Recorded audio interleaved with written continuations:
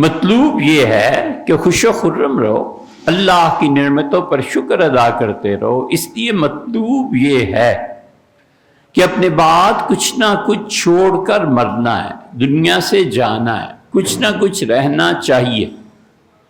اس لیے شرعاً اصول خرچ کا یہ ہے کہ جتنا بھی مال آیا سب سے پہلے سوچنا ہے کہ اس میں سے میں کتنی انویسٹمنٹ کر سکتا ہوں، 10 روپے، 20 روپے، 1000 روپے، اپنی اپنی حیثیت،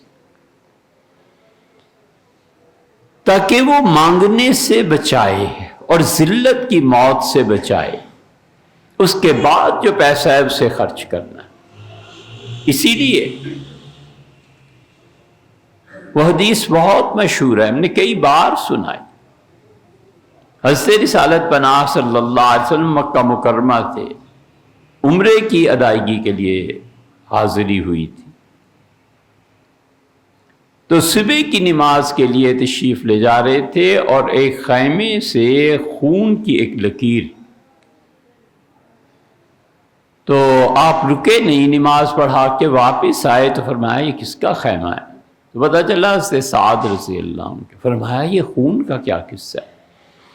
انہوں نے کہا کئی برس پہلے سعد کی ران میں زخم آ گیا تھا اور اس کو لوہے سے داغ دیا گیا تھا، اور اب یہ زخم کل کھل گیا ہے کسی وقت اور یہ خون بہہ رہا ہے اور سعد بالکل نڈھال لیٹے ہوئے ہیں۔ آپ تشریف لے گئے تو سعد رضی اللہ عنہ سے گفتگو فرمائی۔ ان کا اللہ کے رسول میرا کوئی بیٹا تو ہے نہیں، ایک بیٹی ہے اور مال اللہ نے بہت مجھے دیا ہے، کیا کرنا ہے میں نے؟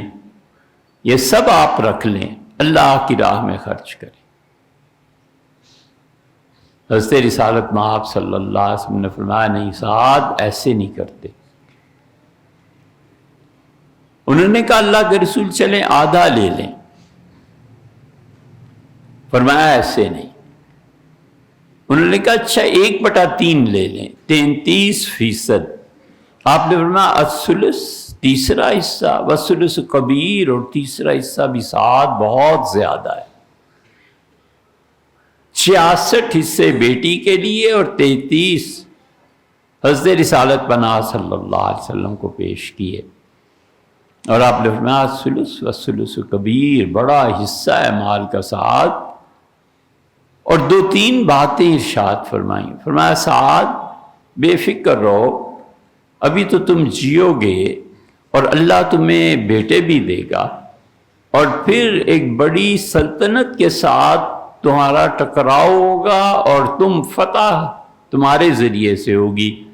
وہ ایران کے ساتھ عربوں کا ٹکراؤ پہلا تھا، اور پھر رسول اللہ صلی اللہ علیہ وسلم سعد دیکھو اپنی اولاد کو کھاتا پیتا دنیا میں چھوڑ کے جانا، بجائے اس کے کہ تمہیں کچھ ہو جائے اور تمہارے بچے ہاتھ پھیلاتے پھر۔ یہ وہ چیز ہے۔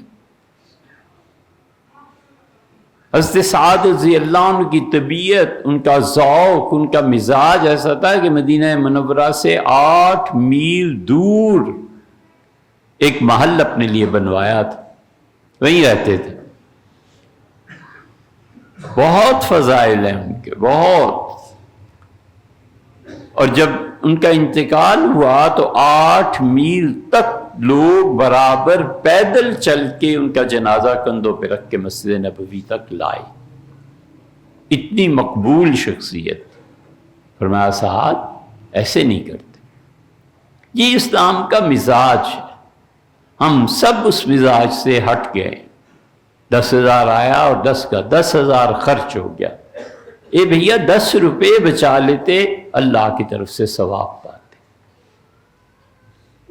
کوئی قربانی دے دیتے، اللہ کے ہاں سے اجر ملتا۔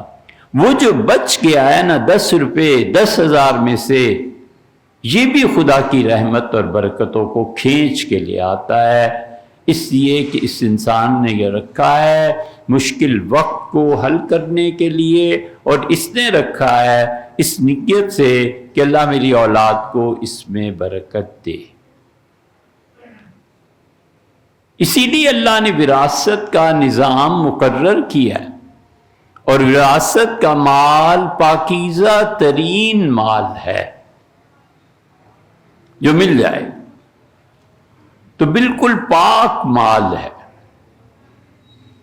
اور صحابہ رضی اللہ عنہ میں اسی لیے یہ وراثتوں کا سلسلہ چلتا تھا کہ وہ جانتے تھے کہ مالی طور پر اپنی اولاد کو کھاتا پیتا چھوڑ کے جانا یہ بہت بڑی نیکی ہے، یہ صدقہ جاریہ ہے جو آگے اولاد در اولاد منتقل ہوتا رہتا ہے۔ زمین کا خریدنا، کاروبار کا پھیلانا، کاروبار میں شراکت کا کرنا، شراکت کے حصوں میں اللہ نے برکت رکھی ہے، اور تھوڑا مال بھی خدا بہت چیزوں کے لیے پورا کر دیتا ہے، اس لیے کہ یہ مال بہت ہی قیمتی چیز بن جاتی ہے جب انسان کی ضروریات زندگی پوری بھی ہوتی رہیں اور کچھ نہ کچھ پس انداز ہوتا رہے۔